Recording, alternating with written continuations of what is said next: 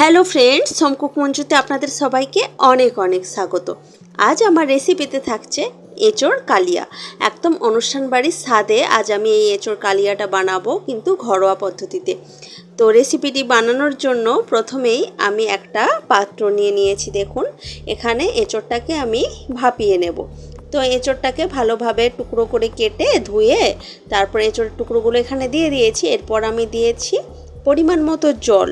জলটা দেওয়ার পর আমি দিলাম নুন, আর তার সাথে সামান্য পরিমাণে হলুদের গুঁড়ো। নুন আর হলুদ গুঁড়ো দিয়ে আমি এই এঁচোড়টাকে ভালোভাবে সেদ্ধ করব।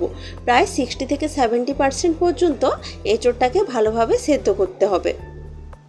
তো এঁচোড়টাকে ভালোভাবে সেদ্ধ করে নেওয়ার জন্য এখানে আমি ঢাকা দিয়েছি প্রায় 5 থেকে 6 মিনিট মতো পর্যন্ত। 5 থেকে 6 মিনিট খুব ভালোভাবে এঁচোড়টাকে ফুটিয়ে নিয়েছি।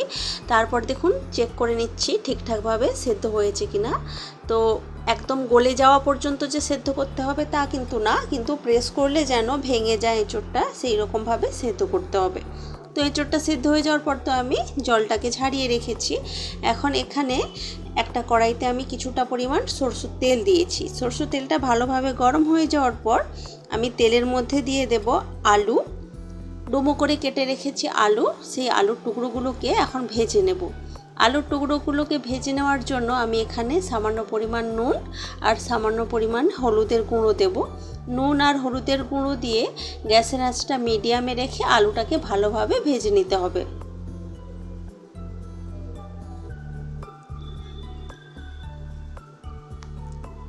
তো এইভাবে বেশ কিছুক্ষণ নেড়ে চেড়ে আমি আলুটাকে ভেজে নিয়েছি। আলুর গায়ে সুন্দর একটা লালচে কালার আসা পর্যন্ত কিন্তু আলুটাকে আমি ভালোভাবে ভেজে নেব। তো আলুর গায়ে কিন্তু কালার ধরতে শুরু করে দিয়েছে। এখন আমি আলুটাকে তুলে রাখছি। যে তেলটা রয়ে গেছে ওই তেলের মধ্যেই আমি এঁচোড়টাকেও আবার ভেজে নেব। নুন আর হলুদ দিয়ে যে এঁচোড়টাকে সেদ্ধ করে রেখেছিলাম সেই এঁচোড়টাকেও এখন আমি ভেজে নিচ্ছি। একটু ভেজে নিলে এঁচোড়ের কালারটাও সুন্দর হয়ে যায় আর খেতেও বেশ টেস্টি হয়। তো কন্টিনিউ এইভাবে নেড়ে চেড়ে কিন্তু আমি এঁচোড়টাকেও ভেজে নিচ্ছি।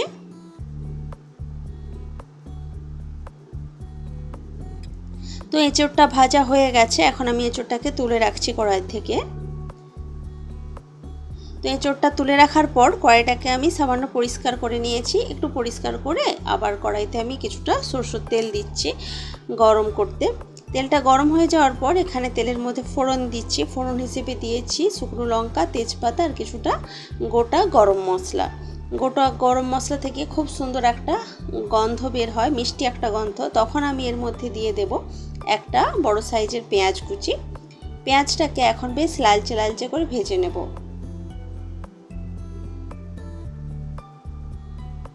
পেঁয়াজটা ভালোভাবে লালচে করে ভেজে নিলে এই রেসিপিটা কিন্তু খুবই ভালো লাগবে খেতে।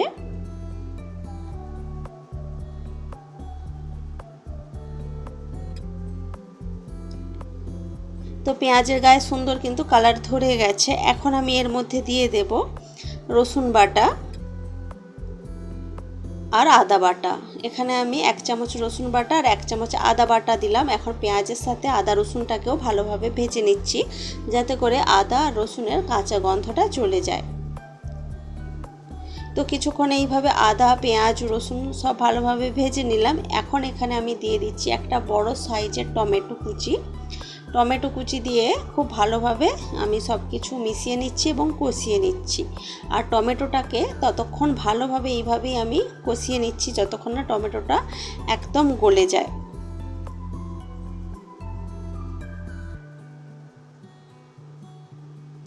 তো এখানে দেখুন টমেটোটা কিন্তু একদম গলে গেছে, একদম মিশে গেছে সব কিছুর সাথে। এখন আমি এর মধ্যে দিয়ে দিচ্ছি কিছুটা হলুদের গুঁড়ো, স্বাদ মতো লঙ্কার গুঁড়ো, তার সাথে দিচ্ছি কিছুটা জিরের গুঁড়ো, আর দিচ্ছি আমি এর মধ্যে ধনের গুঁড়ো। তো এই গুঁড়ো মশলাগুলো দেওয়ার পর মশলাটাকে আবারও ভালোভাবে কষিয়ে নিচ্ছি।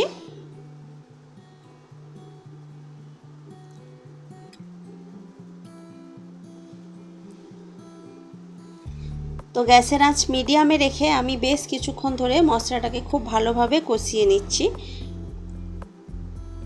সামান্য কিছুটা জল অ্যাড করলাম, এতে করে মশলা আরও ভালোভাবে কষানো যায়। তো কিছুক্ষণ এইভাবেই নেড়েচেড়ে আবারও মশলাটাকে ভালো করে কষিয়ে নিচ্ছি যতক্ষণ না তেলটা ছেড়ে ছেড়ে আসছে। তো দেখুন তেলটা কিন্তু অনেকটা ছাড়তে শুরু করে দিয়েছে। এখন আমি এর মধ্যে দিয়ে দিচ্ছি এঁচড় আর আলু, যেগুলো আমি ভেজে রেখেছিলাম সেগুলো দিয়ে দিলাম সবটাই। তো এখন মশলাটার সাথে এঁচড় আর আলু খুব ভালোভাবে কষিয়ে নেব। একটু টাইম নিয়ে খুব ভালোভাবে কষাতে হবে।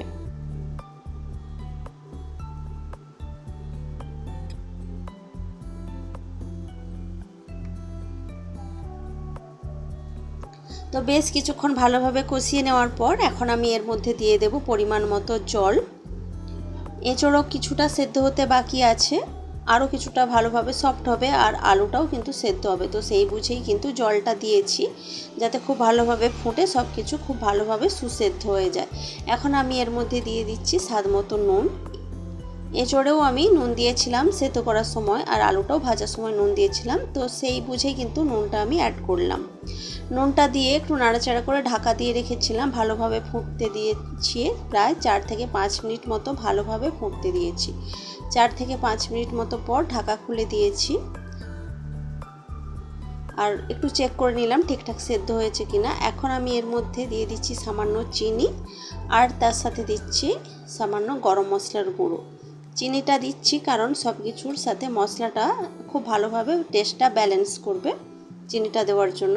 আর নামানোর আগে একটু গুঁড়ো গরম মশলা ছড়িয়ে দিলে খেতে কিন্তু অনেক বেশি টেস্টি হয়। এখন আমি এটাকে ঢাকা দিয়ে দেব, যাতে চিনিটা গলে গিয়ে সব কিছুর সাথে ভালোভাবে মিশে যায়। তো আমি 1 মিনিট মতো ঢাকা দিয়েছিলাম, খুব বেশি কিন্তু টাইম নিইনি ঢাকা দিয়ে রাখার জন্য। 1 মিনিট মতো পর ঢাকা খুলে দিয়েছি, আর গ্রেভিটা দেখুন অনেকটাই শুকনো হয়ে গেছে, আর ঠান্ডা হয়ে যাওয়ার পর তো আরও বেশি শুকনো হয়ে যাবে। তো গ্যাসের আঁচ অফ করে একটু স্ট্যান্ডিং টাইম দেওয়ার পর সার্ভ করে দিয়েছি দেখুন। তো এঁচড়ের কালিয়া বা এঁচড়ের রসা কিন্তু পুরোপুরিভাবে একদমই রেডি।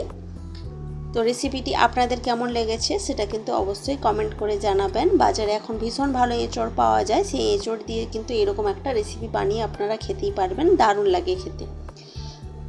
তো রেসিপিটি যদি ভালো লেগে থাকে তাহলে লাইক, কমেন্ট, শেয়ার করবেন, এবং প্লিজ আমার চ্যানেলটি সাবস্ক্রাইব করে আমার পাশে থাকবেন। তো আজকের ভিডিওটা এ পর্যন্তই থাক, দেখা হচ্ছে অন্য কোনো দিন অন্য কোনো ভিডিওতে অন্য কোনো রেসিপির সাথে। আজকের মতো টাটা, বাই বাই।